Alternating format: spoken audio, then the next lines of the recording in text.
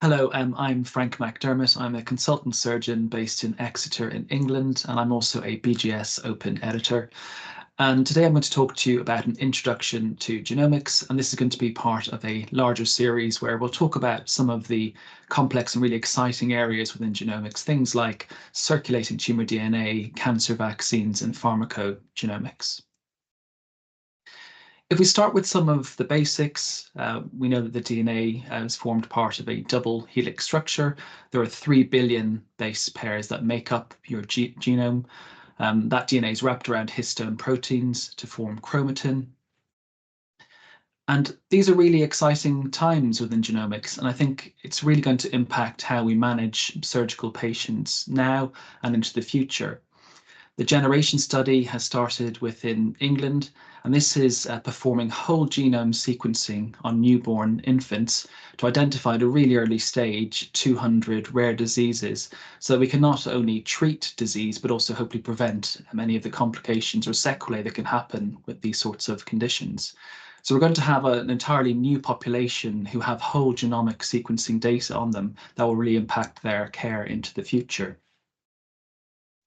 But if we look at the sort of technologies we have available now to perform genomic testing, historically we would take a history, look for signs, symptoms, perform a clinical examination, and we might think a patient may have, for example, cystic fibrosis. We would send them for a test that would look at the CFTR gene to look for a variant within that. But now we can do sort of wider testing. So we have gene panels that might look at maybe 100 to 500 genes within a cancer panel or a rare disease panel. We can do whole exome sequencing, where we're just looking at the coding regions of the genome, or whole genome sequencing, where we're looking at all 3 billion pieces of that code. But I appreciate it is complicated. There are lots of new nomenclature and words that we need to understand when trying to embed this care within the management of surgical patients. So things like single cell omics, long read sequencing, nanopore. So I appreciate there is a need to upskill and educate the surgical multidisciplinary team to be able to provide this care. And we have this term omics, so this talk is around genomics, but it is wider than that. So genomics is looking at the DNA, and the transcriptomics looking at the RNA that's transcribed from that DNA, and ultimately the protein products from that, so proteomics. But we also have metabolomics, so looking at metabolites, pharmacogenomics, which is how your genome allows you to respond to different drug treatments. So will you respond to a treatment, or might you have an adverse reaction from that drug treatment? And microbiomics, so looking at the complexity of the microorganisms within biological systems. Looking at cancers, for example, we know that all cancers are genetic by their very nature, and those tumors arise by evolution. So we have a simplistic diagram here. We have an epithelium at the top. This is showing you a colonic epithelium, but this could be any epithelium within the body, in the breast or the lung. You have variants, for example, in the APC gene, develop a mildly dysplastic adenoma. There can be activation of oncogenes, so that adenoma becomes more dysplastic, and ultimately accrue further mutations to then become an invasive carcinoma. But it's not as simple as that. So if we take the example of colorectal cancer, it's not as simple as saying your patient has an adenocarcinoma. This meta-analysis looked at genomic data to be able to subclassify colorectal cancers into different types. And you can see there's definite clustering into these 4 types. So these consensus molecular subtypes from 1 to 4. So CMS1, for example, are microsatellite unstable tumors that we classically see in the right-hand side of the colon. And the importance of that is that they might respond to different treatments, and there might be different prognosis for your patients. So it's really at looking at disease in a much more precise fashion to make sure that we give our patients the right treatment and right information. Tumor heterogeneity is an important concept. So here you might have a tumor, and you can see within that tumor, there are different subclones which are identified in different colors here. And if we look at that in a bit more detail in this diagram here, on the left-hand side, you can see all those different subclones identified by different colors. If we were to treat that patient with a chemotherapy agent, for example, some of those subclones would be destroyed, and others that have a selection advantage would then grow. And over time, you can provide the patient with different interventions, and those subclones will change. Now, the importance of this is that we can do tests like circulating tumor DNA, and we use that particularly within lung cancer to be able to identify the changes in that genomic information over time, and then accordingly offer personalized treatment for a patient's cancer based on that information. Another important concept is epigenetics, and we're seeing, certainly within the colorectal cancer community, a big increase in cancers in under 50-year-olds with rectal cancer. Our genomic information has not changed, so something else is happening. And epigenetics is looking at the environmental influences on our genome. And it's caused by these sorts of things outlined here. So obesity, smoking, alcohol consumption, exposure to radiation. And this is having impacts right now. So there are colleagues, neurosurgeons in Nottingham, for example, who are using next generation sequencing data on their patients. They're taking a biopsy of the brain tumor intraoperatively, and they're able to perform long read whole genome sequencing to help subclassify tumors and change the treatments they can offer those patients.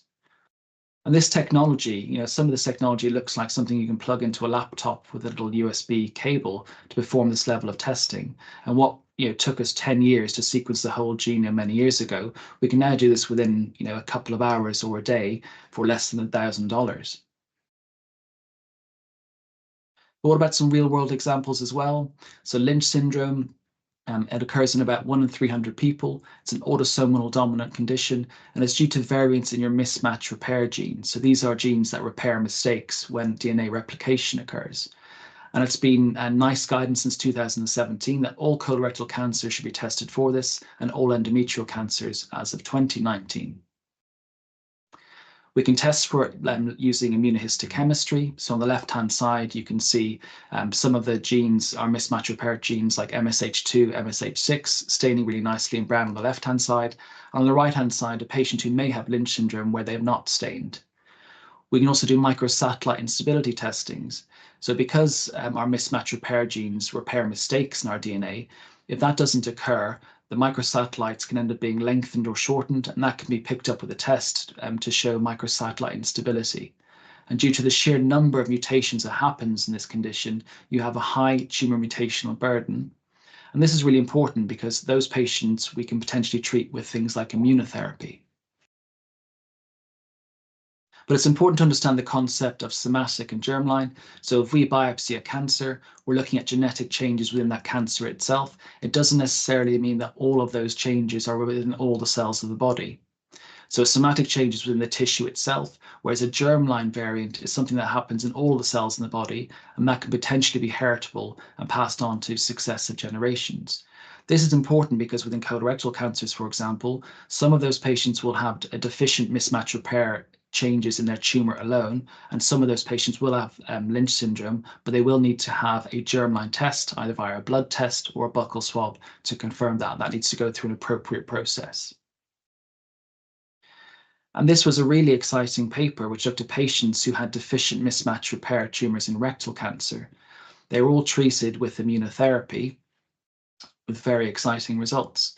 So we can see at the top endoscopy, in the middle MRI scans, and the bottom their PET-CT scans. And having been treated with immunotherapy, you can see that their tumor is completely melted away. And these patients have now been entered into really close surveillance, similar to what we do to patients in a watch and wait protocol with rectal cancer treated with chemoradiotherapy.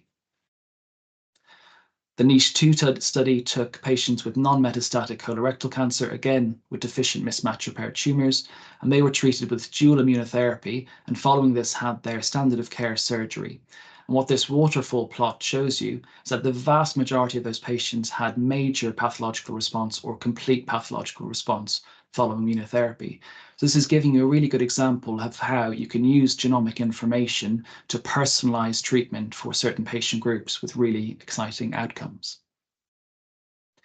But this does take infrastructure building. So within NHS England, we had a national Lynch transformation project to be able to embed this testing within cancer pathways, and also embed mainstreaming, which means getting non-genetic counsellor or clinical geneticists to perform germline testing. So often a colorectal nurse specialist, for example, with them in NHS England.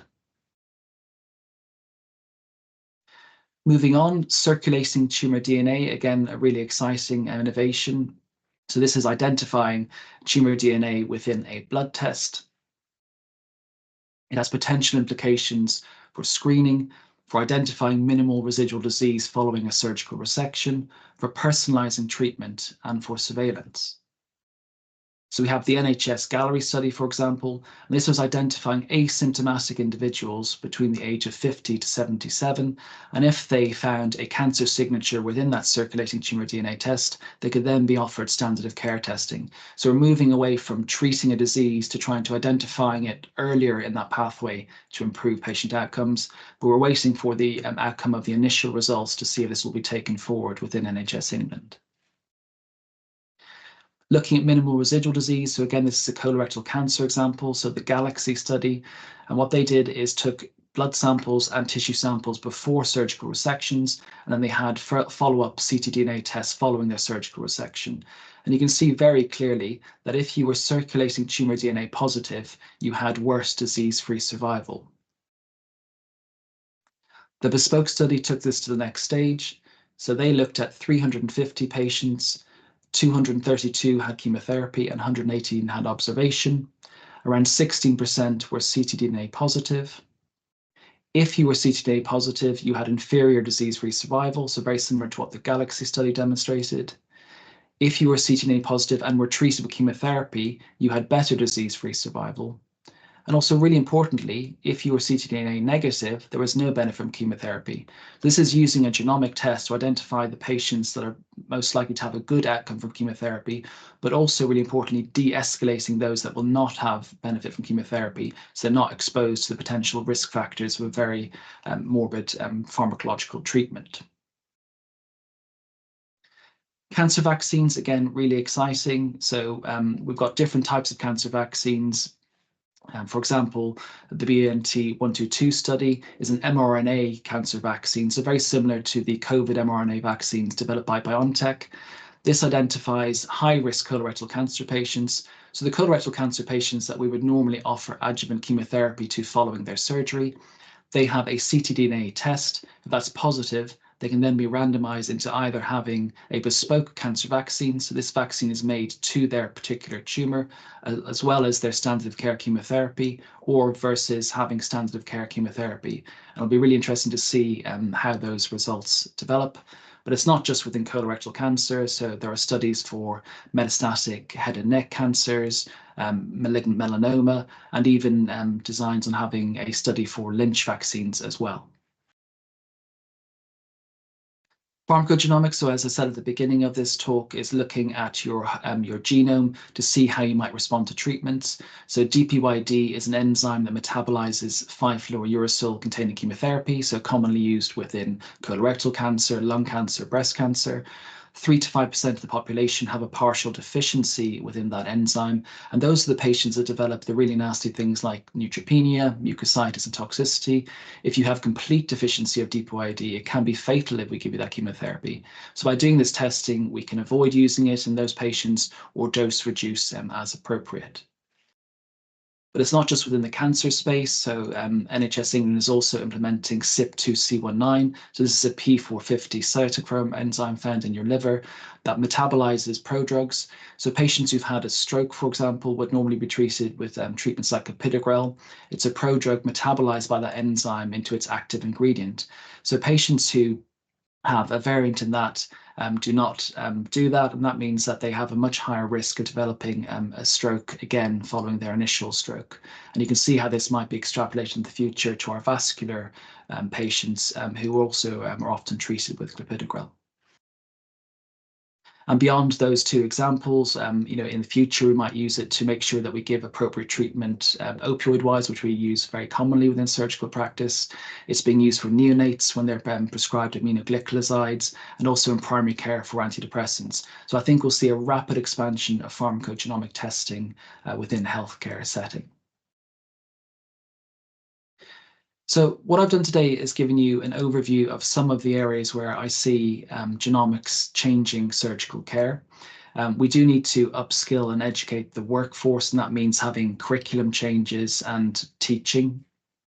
I've talked about some of the examples like circulating tumour DNA, the impact of pharmacogenomics, cancer vaccines, whole genome sequencing and epigenetics, and how environmental influences are having an impact on our health. I haven't really touched upon polygenic risk scores, but we will be using those as well to identify our most at-risk populations. And again, I haven't really touched on benign disease, and clearly genomics has a huge impact on benign disease as well as cancer. And the final thought is around genomic records. We're looking within NHS England to have a unified genomic record so that that data on your genomics, even if you move around healthcare settings, will be available to clinicians so they can really personalize your treatment. So it's a really exciting time. There will be further lectures on the series, so please do look out for them. And thank you very much for your time.